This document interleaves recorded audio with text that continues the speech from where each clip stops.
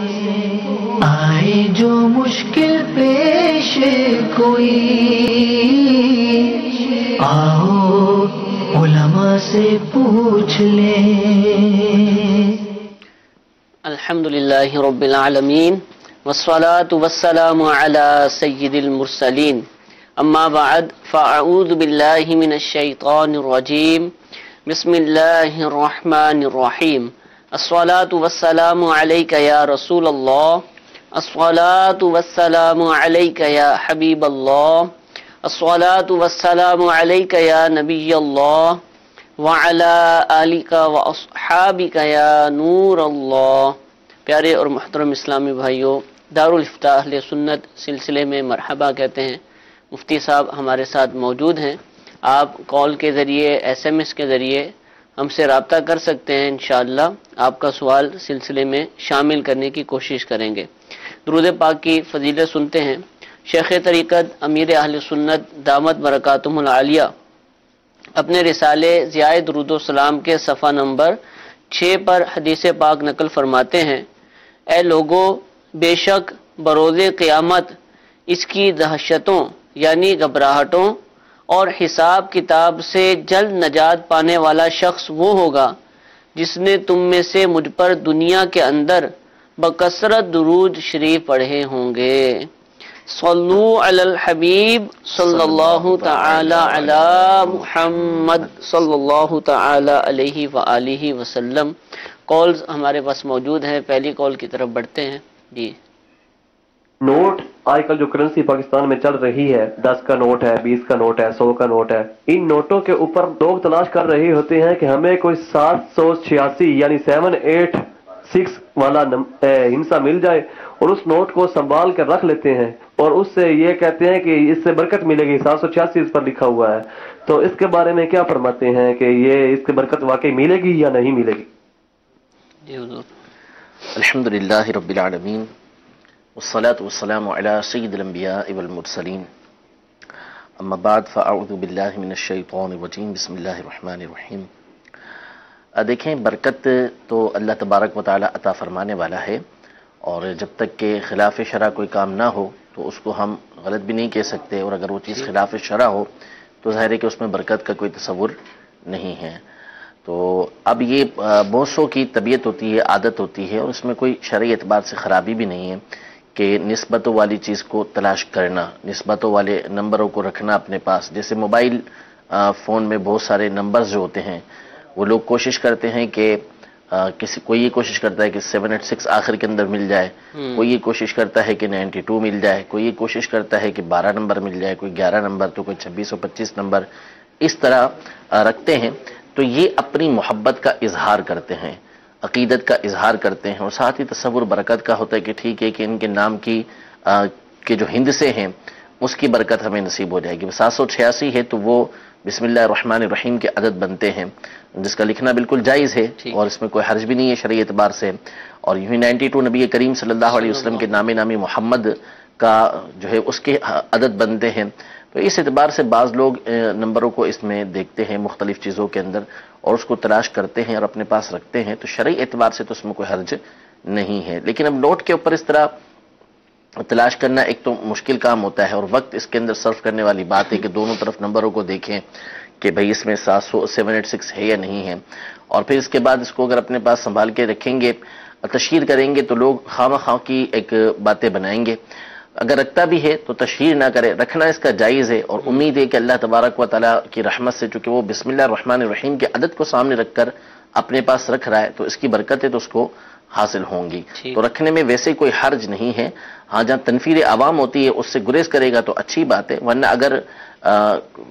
لوگوں کو بتاتا بھی ہے تو بھی اس کے اوپر کوئی حرج نہیں ہوگا، کوئی اس کے اوپر کلام نہیں کیا جائے گا،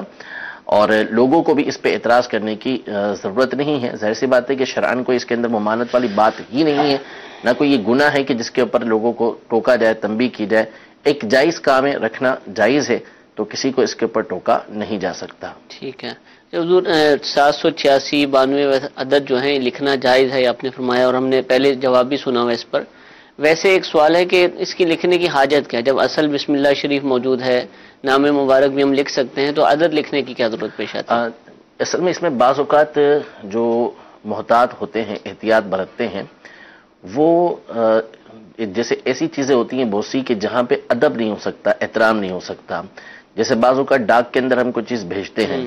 تو ڈاک کے ذریعے جو چیز جاتی ہے اس میں احتیاطیں کم کی جاتی ہیں، یا پہلے جو ہے وہ کارڈ پہ لکھ کے بھیجا جاتا تھا. ایک ہوتا تھا خط بنا کے بھیجتے تھے، ایک کارڈ بھیجتے تھے. کارڈ میں وہ احتیاطیں نہیں ہوتی تھیں، تو وہاں امام اہل سنت رحمۃ اللہ تعالی علیہ احتیاطیں فرمایا کرتے تھے کہ کوئی بھی مقدس نام اس کے اندر نہ لکھیں، آیت نہ لکھیں، کہ ممکن ہے کہ یہ ایک تو کفار کے ہاتھ پڑیں گے، پھر اس کی بے ادبی کا اندیشہ بہت زیادہ ہوا کرتا تھا، تو اس لیے آپ اس سے گریز کیا کرتے تھے. تو ایسے مواقع پر عام طور پہ یہ لکھا جاتا ہے کہ جہاں پہ لکھنا جو ہے وہ کسی وجہ سے چھوڑا جا رہا ہو، احتیاط کے پیش نظر چھوڑا جا رہا ہو، تو وہ نہ صحیح یہ عدد ہی لکھ دیتے ہیں کہ چلو بسم اللہ الرحمن الرحیم نہیں لکھ پا رہے تو یہاں پر ہم عدد لکھ دیں. چونکہ اصل جو ہے وہ جواز ہے، تو وہاں پہ جب بسم اللہ الرحمن الرحیم احتیاط کے پیش نظر نہیں لکھا تو ظاہر ہے کہ یہ جو ہے وہ اصل کے حکم تو ہے ہی نہیں اس کو کہ بسم اللہ الرحمن الرحیم لکھنے کا ثواب اس سے ملتا ہو، ایسا تو ہم بھی نہیں کہتے. ہم صرف ایک جائز کہتے ہیں کہ اس طرح لکھنا جائز ہے. اس طرح جو اگر کوئی بولتا بھی ہے تو وہ بولنا جائز ہے. یعنی اگر وہی کہتا ہے کہ 786 بسم اللہ الرحمن الرحیم کا عدد ہے تو یہ درست ہے، اس کا یہ کہنا بولا تو جاتا نہیں ہے بہرحال 786. لیکن اگر کوئی لکھتا ہے تو اگر لکھاوا جو ہے اس کو کوئی بھی یہ نہیں کہتا کہ یہ بسم اللہ الرحمن الرحیم لکھی ہوئی ہے، وہ یہی کہے گا کہ بسم اللہ الرحمن الرحیم کے عدد ہے، اس پر علامت ہے کہ یہاں بسم اللہ ہے. لیکن یہ چیز جو ہے وہ چونکہ بسم اللہ الرحمن الرحیم کے قائم مقام نہیں ہے، ٹھیک ہے، نہ اس کے لکھنے پر بسم اللہ الرحمن الرحیم والا ثواب ملے گا، یہ بھی ہم نہیں کہتے. ٹھیک ہے، صرف ایک جواز کی بات کرتے ہیں کہ لکھنا جائز ہے، اور کوئی اچھی نیت سے لکھے گا تو انشاءاللہ اچھی نیت کی بنیاد پر اس کی اچھی نیت کا ثواب بھی ملے گا. یعنی کوئی خط پڑھ رہا اور وہ 786 لکھا ہے تو پڑھتے وقت اس کو بسم اللہ پڑھ لے، نہیں پڑھ نہ لے، بس اس کو پتہ چل جائے گا کہ یہ لکھنے والے نے 786 بسم اللہ الرحمن الرحیم کی نیت سے لکھا ہے. ٹھیک ہے، جزاک اللہ. میسیجز بھی ہمارے پاس آنا شروع ہو چکے ہیں. سوال یہ پوچھا جا رہا ہے کہ اگر کوئی نیچے بیٹھا ہو اور اس کے پاس قرآن پاک ہو اور دوسرا شخص چارپائی وغیرہ پر بیٹھا ہے تو کیا یہ بے ادبی کہلائے گی؟ دیکھیں ویسے تو یہ بے ادبی ہی کہلاتی ہے، اور ساتھ یہ کہ قرآن نظر نہیں آ رہا. جی میں وہی عرض کر رہا ہوں کہ بے ادبی ہی عام طور پہ اس کو کہتے ہیں، لیکن ادب اور بے ادبی کا جو تعلق ہوتا ہے وہ عرف سے ہوتا ہے. ٹھیک ہے، کہ وہاں کے حال کو دیکھا جاتا ہے کہ اس کو دیکھ کر کوئی شخص کہے گا کہ یار بے ادبی ہو رہی ہے یہ. تو اب چارپائی پہ یہاں پر یہ بیٹھا ہوا ہے اور ساتھ نیچے ایک شخص بیٹھ کے قرآن پاک پڑھ رہا ہے، تو اس کے بنیں گے مختلف صورتیں. کہ جو اوپر بیٹھا ہوا ہے وہ ہے معذور، کہ اس کو نیچے بیٹھنا ممکن نہیں ہے اور اس بیٹھنے والے کے لیے کوئی اور جگہ موجود نہیں ہے، تو اب یہ معذور ہو گیا کہ یہاں بیٹھ کے اس کے علاوہ کہیں اور کسی اور مقام پہ قرآن پاک کو پڑھ نہیں سکتا، تو اس لیے اس کے اوپر کوئی حکم ہم نہیں لگائیں گے. وہ شخص معذور ہے لیکن اس کے پاس بیٹھنے کے لیے جگہ دوسری موجود ہے قرآن پاک پڑھنے والے کے، تو پھر اس کو چاہیے کہ وہ دور ہو کے بیٹھے تاکہ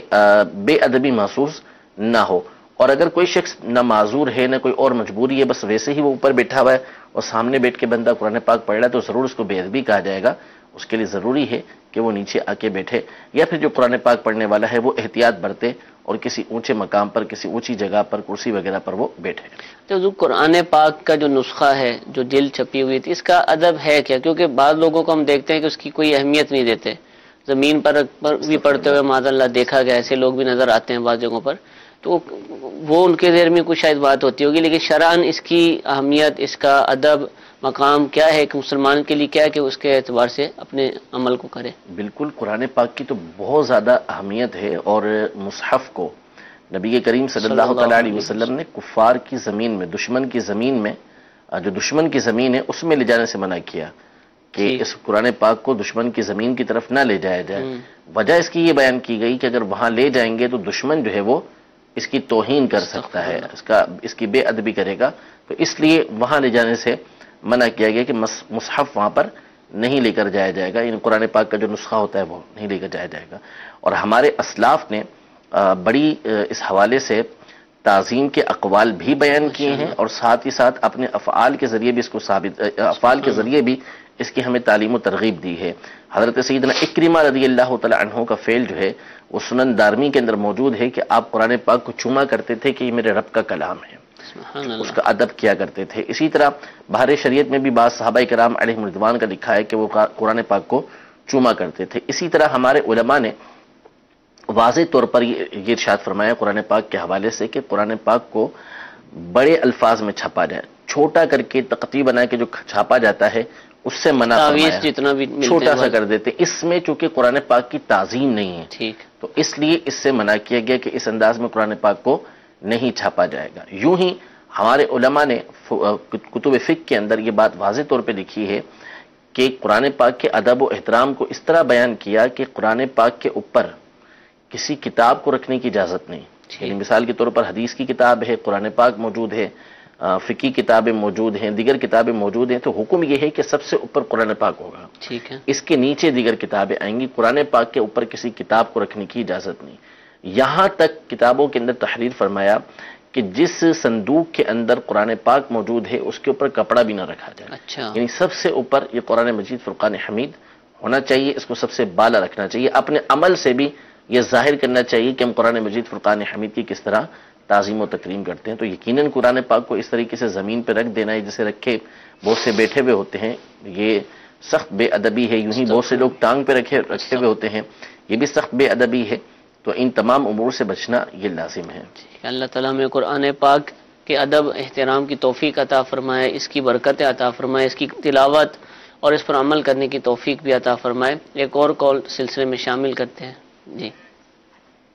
میرا سوال یہ ہے دارالفتہ اہل سنت میں کہ مجھے یہ پتہ کرنا ہے، بگلا ایک وائٹ کلر کا ہوتا ہے، ایک براؤن کلر کا، اس کی لمبی ٹانگیں ہوتی ہیں اور لمبی سی گردن ہوتی ہے، وہ کھانا کیا حلال ہے؟ جو وائٹ اور براؤن بگلا تو میں نے پہلی دفعہ سنا ہے۔ بگلا اس کو عربی زبان میں بلشون بولتے ہیں، اور اس کی جو کنیت ہے وہ ابو قردان ہے۔ ابو قردان، جی، یہ سبق بھی ہمارے جی، محادثہ ابو کے اندر قردان موجود تھا۔ تو اس کا کھانا یہ شرعی اعتبار سے جائز ہے، ٹھیک ہے، فتاوی مصطفیہ کے اندر اس کا جواز لکھا ہے صاف الفاظ میں، اور نبی کریم صلی اللہ تعالی علیہ وآلہ وسلم کی حدیث پاک کی روشنی میں بھی اس کا کھانا بالکل درست ہے کہ حدیث پاک کے اندر ان پرندوں کو کھانے سے منع کیا گیا کہ جو اپنے پنجوں کے ذریعے شکار کرتے ہیں، پنجے والے ہوتے ہیں اور اس کے ذریعے جب وہ شکار کرتے ہیں تو پھر ایسے پرندوں کو کھانے سے منع کیا گیا ہے۔ ذی مخلب یعنی پرندے وہ کہ جن کے ناخن ہوتے ہیں، جیسے باز ہے، باز ہے، چیل ہے، تو ان کو یہ چونکہ شکار ہی پنجوں کے ساتھ کرتے ہیں تو اس لیے ان کے کھانے سے یہ منع کیا گیا ہے۔ باقی اس کے علاوہ پرندے جو ہے اس کو کھانے میں حرج نہیں ہے، سوائے یہ کہ اس کا کھانا اگر نقصان دیتا ہے، یعنی اس کے گوشت کے اندر کوئی ایسی بات ہے، کیونکہ عام طور پہ اس کو کھانے کا سنا نہیں گیا، اگرچہ کہ سوالات اس کے ہیں موجود، خود فتاوی مصطفیہ کے اندر مفتی اعظم ہند رحمۃ اللہ تعالی علیہ سے سوال کیا گیا ہے، تو اس کا مطلب ہے کہ ایک تصور اس کے کھانے کا موجود ہے، لیکن عام طور پہ چونکہ کھایا نہیں جاتا، تو اگر تو اس کے گوشت کے اندر کوئی نقصان ایسا واضح طور پہ موجود ہے کہ یقینی طور پہ معلوم ہے یا ظن غالب ہے کہ نقصان پہنچائے گا، پھر اس سے بچا جائے گا، کھانے سے پھر نہیں کھایا جائے گا، ورنہ بہرحال شرعی اعتبار سے اس کے کھانے میں حرج نہیں ہے۔ ٹھیک ہے۔ تو ایک معلوماتی سوال ہے کہ کیا قبر میں چھوٹے نابالغ بچوں سے بھی سوالات ہوں گے؟ اس کے بارے میں مختلف اقوال ہیں علماء کے۔ ایک قول تو یہ ہے کہ ان سے سوال نہیں ہوں گے، صحیح، اور امام اہل سنت رحمۃ اللہ تعالی علیہ نے، اعلی حضرت رحمۃ اللہ تعالی علیہ نے معتقد کے حاشیے کے اندر ایک قول یہ نقل فرمایا کہ منکر نکیر ان سے سوالات بھی کریں گے اور ساتھ ساتھ ان کو جواب بھی سکھاتے جائیں گے، کیونکہ سوالات تو وہاں ہونے ہیں تو ان سے بھی سوالات کیے جائیں گے اور ان کو ساتھ ساتھ وہ جواب سکھاتے بھی جائیں گے، جواب ساتھ میں بتاتے بھی جائیں گے۔ ٹھیک ہے جی، ایک اور کال چلائیے۔ جناب اسلام آباد سے وحید احمد بات کر رہا ہوں۔ مفتی حسان صاحب کی خدمت میں عرض ہے کہ دنیا کی زندگی کیا ہے، کب شروع ہوئی، کب تک رہے گی، اور بعض لوگ کہتے ہیں کہ 1400 صدیاں، بعض کہتے ہیں 1500 صدیاں، کیا حدیث کی روشنی میں کائنڈلی ڈیٹیل کے طور پر بتا دیں تو تاکہ ہمیں سمجھ بھی آ جائے کہ اس کا یہ کیا راز ہے۔ جی، اصل میں تو دیکھیں ایک حدیث مبارکہ میں جو امام اہل سنت رحمۃ اللہ تعالی علیہ نے فتاوی رضویہ کی 5ویں جلد کے اندر نقل فرمائی ہے کہ دنیا کی عمر 7000 سال بیان کی گئی ہے، کہ دنیا کی عمر 7000 سال، یعنی کوئی بھی مسلمان جہنم کے اندر 7000 سال سے زیادہ نہیں رہے گا۔ یہ حدیث دنیا کی عمر 7000 سال ہے، یہ بھی امام اہل سنت نے نقل فرمایا، اور یہ بھی بیان فرمایا کہ دنیا کی جو کوئی بھی مسلمان جو ہے وہ اس مدت سے زیادہ جہنم کے اندر نہیں رہے گا، یعنی جو مسلمان اگر چلا گیا خدا نہ خاصہ، اور انتہا ہوئی تو اس کی 7000 سال، لیکن بہرحال ظاہر ہے کہ 7000 سال کس کو بولتے ہیں، ایک لمحے کے لیے بھی برداشت کرنے کی کسی کے اندر ہمت نہیں ہے اس کی۔ اچھا، اب رہا دنیا کی عمر، تو ایک تو یہ روایت ہو گئی، اور سنن نبی داؤد اور دیگر کئی کتابوں کے اندر روایت موجود ہے کہ حضور علیہ السلام نے یہ ارشاد فرمایا کہ دنیا کی عمر 7 دن ہے، ٹھیک ہے، اور ہمیں آخری دن کے اندر بھیجا گیا ہے. صحیح، تو 7 دن سے مراد یعنی ہر دن 1000 سال کا. ٹھیک، تو ہمیں 7ویں 1000ویں سال کے اندر بھیجا گیا ہے کہ آخری 1000 سال کے اندر ہم آئے ہیں. اور پھر ساتھ ہی حضور علیہ السلام نے اس بات کی امید ظاہر کی کہ اللہ تبارک و تعالیٰ میری امت کو آدھا دن مزید عطا فرمائے گا، یعنی 500 سال مزید عطا فرمائے گا. لیکن بات یہاں پر یہ ہے کہ اصل میں قرآن مجید فرقان حمید کے اندر کئی ایک مقام پر جو قیامت کے آنے کا ذکر فرمایا ہے وہ بغتتاً فرمایا ہے کہ وہ اچانک آئے گی، کہ یہ جو قیامت ہے لا تأتیکم الساعہ، کہ قیامت نہیں آئے گی الا بغتتاً، مگر اچانک آئے گی وہ. تو چونکہ جو قیامت کا علم ہے اس کو چھپانا مقصود ہے، وہ عام لوگوں کے سامنے ظاہر نہیں کیا جاتا کہ ان کو اس بارے میں بتایا جائے کہ قیامت کب آنی ہے. حضور علیہ السلام کو اس کا علم تھا کہ ساری کی ساری نشانیاں آپ نے بیان فرمائی، آپ نے دن بیان فرما دیا، آپ نے مہینہ بیان فرما دیا، ساری باتیں بیان فرما دی، لیکن سال کو آپ نے مخفی رکھا کہ کس سال میں یہ آئے گی. وجہ یہ ہے کہ سال بھی اگر بتا دیتے تو ظاہر ہے کہ وہ جو قرآن پاک کا حکم ہے کہ اچانک قیامت نے آنا ہے وہ پھر نہ رہتا. تو چونکہ قیامت کا یہ علم مخفی رکھا گیا ہے، پوشیدہ رکھا گیا ہے، اس لیے اس طرح کی جو احادیث طیبہ ہیں اس میں علماء نے مزید گفتگو کی ہے کہ یہ سمجھانے کے لیے بیان کیا گیا ہے. اب جیسے مثال کے طور پہ قرآن مجید فرقان حمید میں اعلیٰ حضرت امام اہل سنت نے یہ بات ملفوظات شریف کے اندر بیان فرمائی ہے کہ اللہ تبارک و تعالیٰ نے یہ ارشاد فرمایا کہ میں تمہاری 3000 فرشتوں کے ذریعے مدد کروں گا، لیکن اس کے بعد اللہ تبارک و تعالیٰ نے مزید 2000 فرشتوں کے ذریعے بڑھا دیا اور 5000 فرشتوں کے ذریعے مدد کی. تو اللہ کی نعمتیں بڑھتی جاتی ہیں. تو اسی طرح اللہ تبارک و تعالیٰ نے آدھا دن عطا فرمایا، تو ممکن ہے کہ اللہ تبارک و تعالیٰ مزید ہمیں کچھ وقت عطا فرما دے نبی کریم صلی اللہ تعالیٰ علیہ وسلم کے صدقے طفیل. تو اب یہ ساری چیزیں جو ہیں وہ ہم سے یہ تقاضا کرتی ہیں کہ ہم اصل میں قیامت کی تیاری کریں. ٹھیک. حضور علیہ السلام کی بارگاہ میں جب سوال کیا کسی صحابی نے کہ متی الساعہ، قیامت کب ہوگی، بخاری شریف کی حدیث مبارکہ ہے، تو ارشاد فرمایا کہ ما عدت لہذی، تو نے اس کے لیے تیاری کیا کر رکھی ہے؟ تو اس نے کہا کہ میرے پاس اور کچھ تو نہیں مگر یہ کہ میں اللہ اور اس کے رسول سے محبت کرتا ہوں. سبحان اللہ. تو حضور علیہ السلام نے اس میں فرمایا کہ المرء مع من احب، کہ جو جس سے محبت کرتا ہے قیامت کے دن اسی کے ساتھ ہوگا. تو حضور علیہ السلام نے ان کی تربیت کی کہ قیامت تو آنی ہی آنی ہے، اب وہ کب آئے گی وہ اللہ تبارک و تعالیٰ جانتا ہے اور اس کے بتائے سے اس کے حبیب صلی اللہ علیہ وسلم جانتے ہیں. ہم نے قیامت کی تیاری کرنی ہے. تو بہرحال قیامت کا علم جو ہے یہ اللہ تبارک و تعالیٰ کے پاس ہے اور جس کو وہ عطا فرمانا چاہے اس کے پاس ہے. باقی رہا عمر کے حساب سے، تو وہ میں نے آپ کو عرض کر دیا کہ حدیثوں کے اندر جو ہے وہ 7 دن بیان کیے گئے، آدھے دن کی مزید امید کی گئی. اور اس کی تشریح میں علماء نے یہ بیان فرمایا کہ نبی رحمت صلی اللہ تعالیٰ علیہ وسلم کی برکت سے امید ہے کہ اللہ تبارک و تعالیٰ اس میں کچھ اور اضافہ فرما دے گا انشاءاللہ. حضور ایک سوال میسج میں پوچھا گیا کہ اگر کسی کے پاس سود کی رقم معاذ اللہ موجود ہے اور اس کو وہ قرض میں دے دیتا ہے، اب جب وہ قرض واپس آئے گا تو دوبارہ وہ سود ہی کی رقم کہلائے گی؟ بالکل، اس کو ضروری ہے کہ وہ رقم جتنی ہے وہ بغیر ثواب کی نیت کے کسی شرعی فقیر کے اوپر صدقہ کرے گا. ٹھیک ہے، اور اس کو تو رکھنا ہی نہیں ہے، قرض میں دینے کا سوال ہی بغیر ثواب کی نیت کے شرعی فقیر کو دینا ہوگا. قرآن پاک کو گود میں رکھ کر پڑھ سکتے ہیں؟ آلتی پالتی ماری ہوئی اور گود میں رکھا ہوا ہے. جی، اصل میں دیکھیں اس میں بعض اوقات بڑا عجیب سا محسوس ہوتا ہے کہ قرآن پاک کو یوں بالکل ہم نے رکھ لیا. ایک عام کتاب ہوتی ہے تو اس کو رکھتے ہیں تو اتنا زیادہ فیل نہیں ہوتا، لیکن قرآن پاک کئی مقام پر بعض اوقات لوگ رانوں پہ رکھ لیتے ہیں، یوں گود میں رکھ لیتے ہیں. تو گود میں رکھنے میں تو کم ایسا محسوس ہوتا ہے، لیکن بہتر یہ ہے، امیر علیہ سنت کا طریقہ کار بڑا پیارا ہے، جتنا ادب کریں گے اتنا اچھا ہے کہ آپ کوئی تکیہ کوئی چیز ایسی رکھ لیں کہ جس سے یہ اوپر ہو جائے قرآن پاک. تو اس انداز میں رکھ کے پڑھیں گے تو انشاءاللہ اس کی برکاتیں آپ کو حاصل ہوں گی. باقی آج کل جو ڈیوائسز میں قرآن پاک ہیں تو کیا اس کے بھی وہی آداب ہیں؟ اگر وہ کھلا ہوا ہے اس کو ہم نے کھول لیا فائل کو، دیکھیں اس میں وہی بھی عین ہی وہی آداب تو ہم نہیں کہیں گے کہ ابھی اس میں تو علماء کا اختلاف ہے کہ اس کو بھی عین ہی قرآن کہیں گے یا صرف ایک ریزش ہے جو ہمارے سامنے آ رہی ہیں، شعائیں ہیں جو ہمارے سامنے آ رہی ہیں. تو اگر یہ قرآن جو سامنے کھلا ہوا ہے ہمارے تو اس کا ادب و احترام تو ہم کریں گے کہ اس کو بے وضو چھونے سے ہم بچیں گے کہ نہ چھوئیں اس کو بے وضو. لیکن ظاہر ہے کہ جو اصل قرآن کے آداب ہیں وہ اس کے نہیں ہیں. لیکن اس کا مطلب یہ نہیں کہ وہ آئی پیڈ کے اندر کھلا ہوا ہے، موبائل کے اندر کھلا ہوا ہے اور آپ اس کو زمین پہ اس طریقے سے ڈال دیں یا پلنگ پہ یوں اس کو آپ پھینک دیں جبکہ سامنے آپ کو نظر آ رہا ہے. تو ظاہر ہے کہ اس کو بے ادبی ہی کہا جائے گا، اس سے بچنے کا اس کے اوپر حکم ہوگا۔ ٹھیک ہے جی، ایک اور کال چلائیے۔ مفتی صاحب سے سوال یہ ہے کہ غوث اعظم پیران پیر دستگیر جو ہے ہمارے، ان کا رتبہ زیادہ بڑا ہے یا قلندروں کا رتبہ بڑا ہے؟ جی وہ تو جی، اصل میں تو دیکھیں قلندر یہ اولیاء کی ایک قسم ہے۔ ٹھیک ہے، حضرت علامہ مفتی فیض احمد اویسی صاحب رحمۃ اللہ تعالی علیہ، ان کا ایک رسالہ ہے اس موضوع کے اوپر، قلندر کی شرعی تحقیق کے نام سے، اس میں آپ نے اس پر گفتگو کی ہے اور اولیاء کی ایک قسم کو اس میں بیان کیا ہے کہ اس کو قلندر کہا جاتا ہے۔ اصل تو یہ بعض لغت کے مطابق جو ہے یہ کاف کے ساتھ تھا قلندر، پھر اس سے یہ بدلتے بدلتے قلندر ہو گیا۔ ٹھیک ہے، تو غوث پاک رضی اللہ تعالی عنہ ان کا جو مقام اور مرتبہ ہے وہ اولیاء کبار کے فیصلے کے مطابق، یعنی بڑے بڑے جو اولیاء ہیں ان کا جو متفقہ فیصلہ ہے وہ یہی ہے کہ تمام اولیاء کرام میں آپ کا مقام و مرتبہ سب سے بڑھ کر ہے، سبحان اللہ، یعنی صحابہ کرام علیہم رضوان اور تابعین،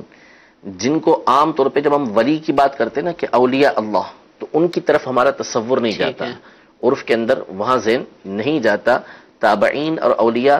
یہ ہے سب سے بڑھ کر ولی، ٹھیک ہے، تو تابعین، نیک تابعین جنہوں نے صحابہ کرام علیہ رضوان کے طریقہ کار کو اختیار کیا، ان کے طریقہ کار پر چلے،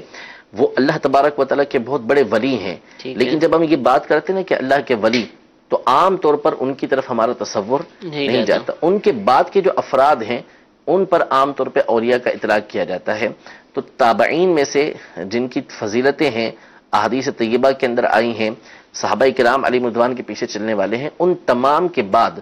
سب سے بڑھ کر مرتبہ اولیاء کرام کے مطابق غوث پاک رضی اللہ تعالی عنہ کو یہ دیا گیا ہے۔ یہ فیصلہ چونکہ اولیاء کا ہے، اب کوئی کہے کہ بھئی قرآن سے دکھاؤ، حدیث سے دکھاؤ، تو اس کی عقل پر ماتم کیا جائے گا کہ ظاہر سی بات ہے کہ غوث پاک رضی اللہ تعالی عنہ کا آنا یہ 5ویں صدی ہجری کے اندر تھا، اور آپ فیصلہ مانگیں قرآن و حدیث سے تو ظاہر سی بات ہے کہ صریح نصوص تو دکھائی نہیں جائیں گی، ہاں بعض استدلالات اس پہ کیے جا سکتے ہیں، لیکن ظاہر سی بات ہے کہ جیسا مسئلہ ہوتا ہے، جیسا نظریہ ہوتا ہے، ویسی ہی اس کی دلیل دی جاتی ہے۔ اب یہ اولیاء کرام کا فیصلہ ہے تو اولیاء کرام کے اقوال جو ہے اس پر بکثرت موجود ہیں، جیسے امام اہل سنت نے اپنی تصنیف طرد الافاعی کے اندر نقل فرمائے ہیں، اسی طرح بہجت الاسرار کے اندر کئی اقوال علماء کے موجود ہیں۔ تو غوث پاک رضی اللہ تعالی عنہ کی ولایت اور آپ کا تمام اولیاء کا سردار ہونا یہ بڑے بڑے اولیاء کرام کا فیصلہ ہے کہ آپ تمام اولیاء کے سردار ہیں۔ سبحان اللہ، ماشاء اللہ۔ اللہ تعالیٰ میں غوث پاک رضی اللہ تعالیٰ عنہ کی غلامی پر استقامت عطا فرمائے، آمین۔ آپ کی سیرت مبارکہ پر عمل کی توفیق عطا فرمائے۔ میسیج حضور ایک آیا ہے کہ اگر اذان کا وقت ہو اور ایک ساتھ کئی اذانیں شروع ہو جائیں تو کس اذان کا جواب دیا جائے؟ جو پہلے شروع ہوئی، اچھا، جو پہلے شروع ہوئی اس کا جواب دیں، بہتر یہ ہے، اور اگر ساری اذانوں کا جواب دے سکتے ہیں تو بہت اچھی بات ہے کہ ہر اذان کا جواب دیں، اللہ کی رحمت سے امید ہے کہ ثواب بکثرت ملے گا۔ ایسا تو نہیں کہ جس مسجد میں نماز پڑھنے جانا چاہ رہا ہے؟ نہیں، ایسا نہیں، اصل میں تو دیکھیں اصل جو جواب ہے نا وہ تو ہے عمل کے ذریعے، ٹھیک ہے، فعل کے ذریعے کہ بندہ عمل کر کے جواب دے، یعنی نماز پڑھنے کے لیے باقاعدہ جائے۔ اور دوسرا جواب جو ہے جو بہت اچھا ہے، جس کے اوپر بڑی بڑی ثواب کی بشارتیں آئی ہیں، وہ ہے زبان کے ذریعے جواب ٹھیک دینا۔ ہے۔ تو اس لیے زبان کے ذریعے جواب دے، اور اس پر علماء نے یہی لکھا کہ جو پہلی اذان شروع ہوئی اس کا جواب دے، اور بہتر یہ ہے کہ اگر دیگر اذانیں بھی ہو رہی ہیں تو سب کا دے سکتا ہے تو دے۔ ٹھیک ہے۔ سوال یہ ہے کہ کیا قبرستان میں قرآن پاک لے جا کر اس کو وہاں تلاوت کی جا سکتی ہے یا زبانی ہی پڑھنا ہوگا؟ کوئی مسئلہ نہیں ہے، قبر کے پاس قرآن پاک لے جا سکتے ہیں کہ وہاں پہ ظاہری طور پہ کوئی نجاست موجود نہیں ہوتی، ٹھیک ہے، اور کوئی ممانعت بھی نہیں ہے، کوئی بے ادبی بھی نہیں ہے، تو قرآن پاک وہاں لے جا کر پڑھنے میں کوئی حرج نہیں ہے۔ ٹھیک ہے۔ تو قرآن پاک کے حوالے سے سوالات ہیں جو ہمارے افراد جو ہیں وہ بیچتے ہیں، اس کو یعنی ہدیتاً دیتے ہیں اپنی دکانوں پر، پبلشر ہیں، بک سٹال والے ہیں، کیا ان کے لیے کوئی تخفیف ہے وضو کے حوالے سے؟ عام طور پر سارا دن وضو ہو، ہر ایک کا برقرار ہو، یہ ضروری نہیں ہے، لیکن قرآن پاک لینے والا کبھی بھی آ سکتا ہے اور وہ دے رہے ہیں اٹھا کے۔ اب اگر وہ وضو کے اندر کوئی رخصت ہے تو وہ کیا رخصت ہے یہ بھی ارشاد فرما اور دیں۔ رخصت صرف شرعی معذور کو ہے، یعنی جس اچھا، کا وضو رہتا نہیں ہے، اتنا ٹھیک ہے، وقت بھی نہیں ملتا کہ وہ فرض بھی ادا کر سکے، تو جس کو شرعی معذور اصطلاح میں کہا جاتا ہے، اس کو چونکہ جب وہ وضو کر لے گا تو پھر ایک نماز سے دوسری نماز کے دوران جتنی نمازیں ہوتی ہیں، عبادات ہوتی ہیں، اس کو کرنے کی اجازت ملتی ہے، جو بھی معذور کے احکام ہیں تو پھر اس دوران وہ دیگر عبادتیں بھی کر سکتا ہے، اس میں قرآن پاک کو بھی پکڑ سکتا ہے۔ باقی دکان والے عام طور پہ معذور نہیں ہوا کرتے، شرعی معذور نہیں ہوتے، تو لہذا ان کو اس بات کی اجازت نہیں ہے کہ وہ بے وضو قرآن پاک کو ہاتھ لگائیں۔ ہاں البتہ اتنا ہے، ہونا یہی چاہیے کہ وضو کے ساتھ ہی ہاتھ لگائیں۔ اصل میں ہوتا یہ ہے عام طور پہ کہ ابتدا میں بندہ یہ کرتا ہے لیکن پھر اس پر استقامت نہیں رہ پاتی، تو آہستہ آہستہ پھر شیطان جو ہے وہ نیچے کی طرف لاتا رہتا ہے۔ بعض اوقات جو ہے وہ کپڑے کے ذریعے پکڑ لیا، اب وہ جواز کی صورتیں بنتی ہیں۔ مثال کے طور پر بندے کا وضو نہیں ہے اور ایسا کپڑا کہ جو انسان کے تابع نہیں ہے، جیسے یہ میں نے پہنا ہوا ہے تو یہ میرے تابع ہے، اب میں اس کو اتار لیتا ہوں یا میں رومال نکال لیتا ہوں تو وہ میرے جسم میں استعمال ابھی نہیں ہو رہا، فی الوقت میں نے اس کو لپٹا ہوا نہیں ہے، تو اب جیسے اس کو لپٹا ہوا ہے تو اب میں اس قرآن پاک کو اس سے پکڑ سکتا ہوں کہ اس طرح پکڑ کے میں اس کو دے دوں۔ اسی طرح بعض اوقات جزدان ہوتے ہیں جو قرآن پاک سے جدا ہو سکتے ہیں، یعنی اس میں ڈال کے اس کے اوپر ڈوری باندھ دی جاتی ہے، تو یہ ایسا غلاف ہے کہ جو اس سے جدا ہونے والا ہے تو اس کو بغیر وضو اس میں پکڑ سکتے ہیں۔ لیکن ہوتا کیا ہے کہ اگر بالفرض آپ اس کی عادت بنائیں گے، یعنی اس کی اگر صورت بتائی جائے اور آپ اس کی عادت بنا دیں گے تو نتیجہ یہ نکلے گا کہ آہستہ آہستہ پھر وضو سے بھی دور ہوں گے، پھر اس کے بعد کبھی کپڑا نہیں ہوگا تو اٹھا کے ویسے ہی سستی کاہلی کی وجہ سے دے دیں گے، اور اس کو بے وضو چھونا یہ حرام ہے۔ لا یمسہ الا المطہرون، کہ اس قرآن پاک کو با وضو ہی چھوئیں گے۔ حضور علیہ الصلوۃ والسلام نے فرمایا کہ لا تمس القرآن الا طاہر، کہ قرآن پاک کو جو پاکیزہ ہے وہی چھوئے گا، کوئی اور نہیں چھوئے گا۔ لہذا دکانداروں کو اس بات کی ہرگز اجازت نہیں کہ بغیر وضو کو براہ راست قرآن پاک کو چھو کے، بغیر وضو براہ راست قرآن پاک چھو کے کسی کو دیں، اس کی اجازت نہیں۔ وضو کریں، اسی میں عافیت ہے، یہی بہتر ہے، ثواب بھی ملے گا، قرآن پاک کی تعظیم و تکریم ہوگی تو آپ کے رزق کے اندر بھی برکتیں ہوں گی۔ بہرحال یہ تو ایک بات ہے، ورنہ یہ جو دکاندار اور بالخصوص جو مزدور طبقہ اس کے اندر ہے، اللہ کی پناہ جس طرح وہ قرآن پاک کی بے ادبی کرتے ہیں، تو بعض صورتیں تو ایسی بنتی ہیں کہ اگر دیکھا جائے تو وہ بندے کو دائرہ اسلام سے خارج کر سکتی ہیں، نعوذ باللہ من ذالک۔ یعنی ایسے توہین آمیز طریقہ کار ہوتے ہیں کہ قرآن پاک کے اوپر چڑھ کے بیٹھے ہوتے ہیں، گدھا گاڑیوں پر، اب تو پتہ نہیں لاتے نہیں لاتے، پھر تو گدھا گاڑیوں پر لے کر آ رہے ہیں، اس کے اوپر بیٹھے ہوئے ہیں، ٹرکوں کے اوپر لے کر آ رہے ہیں تو اس کے اوپر بیٹھے ہوئے ہیں، تو پھر عذاب نازل نہیں ہوگا تو کیا ہوگا، بے برکتی نہیں ہوگی تو کیا ہوگا۔ تو اس لیے جتنے بھی معاملات ہیں قرآن پاک کے حوالے سے وہ تعظیم و تکریم والے ہی ہیں۔ ہمارے بزرگوں کی، حالیہ علماء اہل سنت کی کئی کتابیں قرآن پاک کی تعظیم و تکریم پر لکھی ہوئی ہیں۔ امیر السنت کا بھی ایک رسالہ ہے تلاوت کے احکام کے نام سے، اس میں بھی یہ باتیں مذکور ہوں گی۔ الحمدللہ مکتبۃ المدینہ جو کہ دعوت اسلامی کا ایک اشاعتی ادارہ ہے، اس پہ جہاں دیگر دینی کتابیں شائع کی جاتی ہیں اور سینکڑوں کی تعداد میں الحمدللہ یہ کتابیں موجود ہے، مختلف زبانوں کے اندر ان کو الحمدللہ شائع کیا گیا، ساتھ ہی ساتھ قرآن مجید فرقان حمید کو بھی مکتبۃ المدینہ نے شائع کیا اور بہت ہی خوبصورت انداز میں غالباً بیروت سے اس کو چھپوایا گیا اور بہت ہی عمدہ کاغذ کے اندر، بہت ہی عمدہ خط کے اندر اس کو شائع کیا گیا ہے۔ تو اگر آپ قرآن پاک خریدنا چاہتے ہیں، مزید اپنے پاس رکھنا چاہتے ہیں، کسی کو دینا چاہتے ہیں، تو آپ مکتبۃ المدینہ جو کہ دعوت اسلامی کا ادارہ ہے وہاں سے بھی آپ اس حوالے سے رابطہ کر سکتے ہیں، اور مختلف انداز کے قرآن پاک جلدیں جو الحمدللہ یہاں پر آپ کو دستیاب ہوں گی۔ ایک اور کال سلسلے میں شامل کرتے ہیں۔ جی اب میرا یہ ہے کہ کیا مور کا جو گوشت ہے وہ حلال ہے کہ حرام؟ مور کا گوشت، جی مور جو ہے یہ بھی اس کا گوشت حلال ہے، کھا سکتے ہیں، کیونکہ اس میں حرمت کی کوئی وجہ نہیں ہے، اور وہی اصول جو میں نے پہلے بتایا کہ وہ پرندہ کے جو پنجوں کے ذریعے شکار کرتا ہے اس کو منع کیا گیا ہے، باقی اس کے علاوہ دیگر پرندوں کو کھانے کی اجازت ہے۔ لیکن مور کے بارے میں جو شنیدن ہے، جو سنا گیا ہے، وہ یہ ہے کہ اس کا گوشت پکتا نہیں ہے۔ اچھا، مشکل ہوتا ہے کہ بہت اس کا گوشت سخت ہوتا ہے، پکتا عام طور پہ یہ نہیں ہے، لیکن بہرحال ہے شرعن حلال۔ آپ اگر کوئی اس کو کسی طریقے سے پکا لیتا ہے اور کھاتا ہے تو اس میں کوئی حرج نہیں۔ ٹھیک ہے حضور، مردے کو دفن کر رہے ہیں تو کیا ساتھ کچھ مقدس اوراق یا شہید قرآن پاک وہ بھی ساتھ دفن کر دیں کہ دفن کرنا ہی ہے تو ان کو بھی کرنا تھا تو ساتھ الگ قبر نہ کھودنی پڑے؟ دیکھیں اصل میں مسئلہ یہ ہے کہ مردے کے ساتھ جو قبر کے اندر تبرکات رکھے جاتے ہیں جو صحابہ کرام علیہ رضوان کے طریقہ کار سے ثابت ہیں، اور نبی کے کریم صلی اللہ تعالیٰ علیہ وآلہ وسلم سے بھی ایک صحابی نے جو چادر لی تھی اس کی وجہ یہ بیان کی تھی کہ بطور تبرک وہ قبر کے اندر اس کو لے جانا چاہتے تھے، کفن بنانا چاہتے تھے اپنا، تو تبرکات رکھنے کا ثبوت تو موجود ہے، ٹھیک ہے، لیکن مسئلہ یہ ہے کہ تبرکات جو رکھے جائیں گے وہ بطور تبرک رکھے جائیں گے، نہ یہ کہ آپ اپنے لیے کوئی آسانی تلاش کریں کہ چلو یہ تو جا رہا ہے ساتھ میں ہم اپنا یہ کام بھی نپٹا دیں۔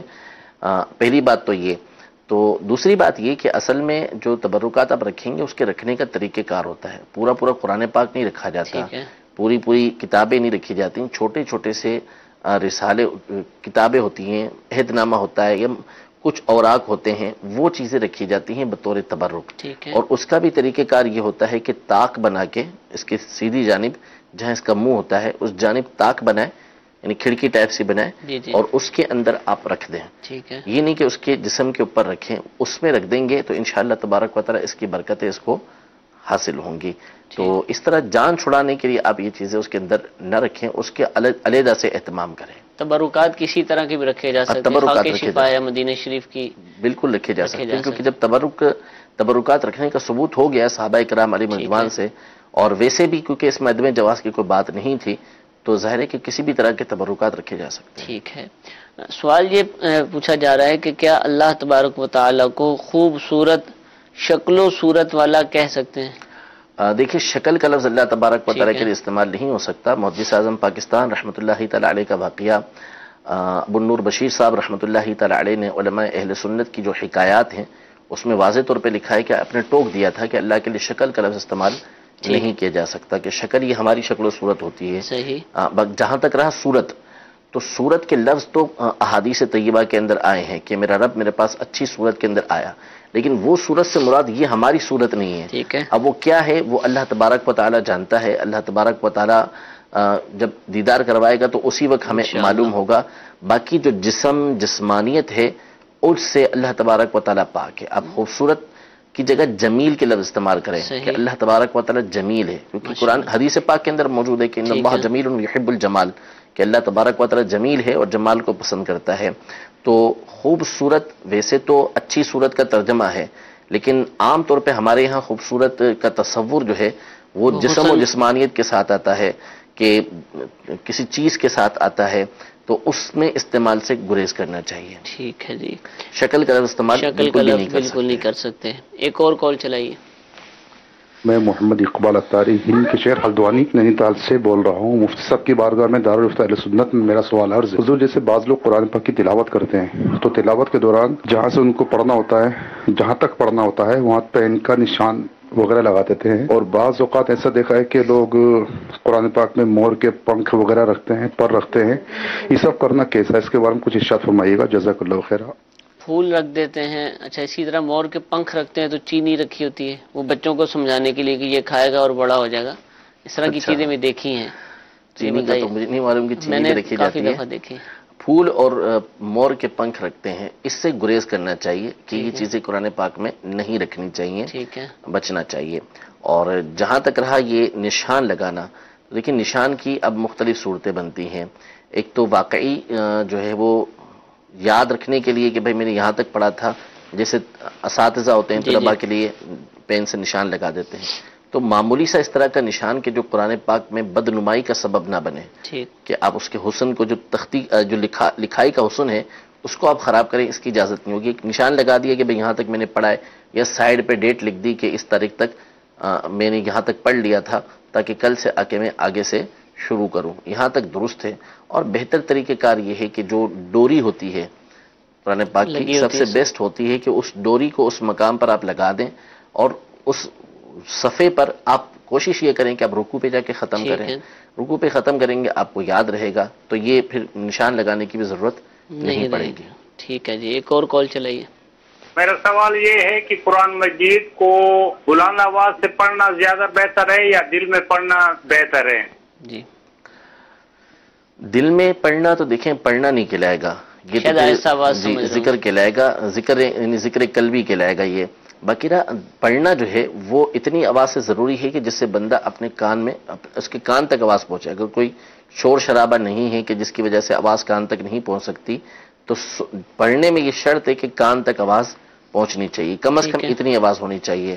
اور جہاں تک رہا بلند آواز سے قرآن مجید فرقان حمید کا پڑھنا، تو دیکھیں اس میں صورتیں بنیں گی مختلف، کہ بعض صورتوں میں بلند آواز سے پڑھنا افضل ہوگا، بعض صورتوں کے اندر یہ آہستہ آواز سے پڑھنا افضل ہوگا۔ نبی کریم صلی اللہ تعالیٰ علیہ وسلم نے مختلف صحابہ کو دیکھا کہ حضرت ابوبکر صدیق رضی اللہ تعالیٰ آہستہ آواز میں پڑھ رہے ہیں، حضرت عمر رضی اللہ تعالیٰ بلند آواز سے پڑھ رہے ہیں، حضرت بلال رضی اللہ تعالیٰ مختلف مقامات سے پڑھ رہے ہیں، تو ہر ایک نے پھر اپنی نیت بیان کی۔ صحیح۔ تو حضرت عمر رضی اللہ تعالیٰ عنہ کی غالباً نیت یہ تھی کہ جو سونے والا ہے وہ جاگ جائے، ٹھیک ہے، اور جو غافل ہے وہ متنبہ ہو جائے، وہ بھی پڑھنا شروع کر دے۔ تو اب بلند آواز سے وہ پڑھ کیوں رہا ہے، اس نیت کو دیکھا جائے گا۔ پڑھتا ہے بلند آواز سے، مثال کے طور پہ وہاں کوئی بھی موجود نہیں ہے، اس کی نیت یہ ہے کہ در و دیوار میرے لیے گواہ ہو جائے کہ قیامت کے دن یوم تحدث اخبارہا، کہ یہ زمین قیامت کے دن میری گواہی دے گی، تو اس لیے میں زور سے پڑھوں، اس لیے وہ زور سے پڑھ رہا ہے، تو بہت اچھی بات ہے۔ یا لوگ بیٹھے ہوئے ہیں، اس نے بلند آواز سے کوئی آیت اس لیے پڑھی تاکہ لوگ جو ہے وہ قرآن پاک کی طرف متوجہ ہو جائیں اور یہ بھی قرآن پاک کی تلاوت کریں،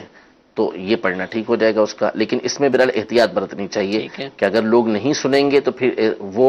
یہ پڑھنے والا گناہگار ہوگا۔ یہ قرآن پاک کو بلند آواز سے وہ پڑھے گا اور وہ نہیں سن رہے، تو چونکہ وہ مقام ایسا نہیں ہے کہ جہاں پہ وہ قرآن پاک کو پڑھنے کے لیے بیٹھا ہوا ہے پہلے سے، کہ اگر تو وہ پہلے سے بیٹھا ہوا بلند آواز سے پڑھ رہا تھا، اب لوگ آ کے بیٹھے ہیں تو پھر لوگوں پر سننا ضروری ہوگا کہ وہ یہاں کے بیٹھ گئے، لیکن لوگ پہلے سے بیٹھے ہوئے تھے، یہ یہاں پر آ کے قرآن پاک پڑھنا شروع ہوا، تو اب اس کو بلند آواز سے پڑھنے کی اجازت نہیں ہوگی۔ اگر وہ نہیں سنیں گے تو پھر یہ گناہگار ہوگا، وہ گناہگار نہیں ہوں گے۔ اچھا، اب وہ آہستہ آواز میں پڑھتا ہے اس لیے تاکہ مجھے جو ہے وہ دکھاوا نہ ہو سکے، بلند آواز سے پڑھنے کی وجہ سے دکھاوا ہو رہا ہے، آہستہ پڑھوں گا تو کسی کو پتہ نہیں چلے گا اور دکھاوا نہیں ہوگا، تو اس لیے آہستہ پڑھتا ہے، تو یہ زیادہ اچھا ہے اس کے لیے۔ تو مختلف نیتوں اور مختلف صورتوں کے اعتبار سے، مقامات کے اعتبار سے اس کا حکم تبدیل ہوگا۔ ٹھیک ہے، جزاک اللہ۔ ایک اور کال چلا دیجیے۔ مسجد سے پانی لینے کے حوالے سے یہ میرا سوال ہے کہ اگر کوئی مسجد کے ساتھ اپنا گھر بنا رہا ہے ذاتی، تو کیا وہ مسجد سے پانی لے سکتا ہے؟ اگر مسجد میں یعنی عرف میں نہیں ہے کہ پانی وغیرہ لینے کا، یا وہ بجلی کا بل ادا کر دے، تو کیا وہ لینے کا کیا حکم ہے؟ نہیں جی، اس طرح جو صورتحال بتا رہے ہیں تو یہ تو بالکل یعنی وہ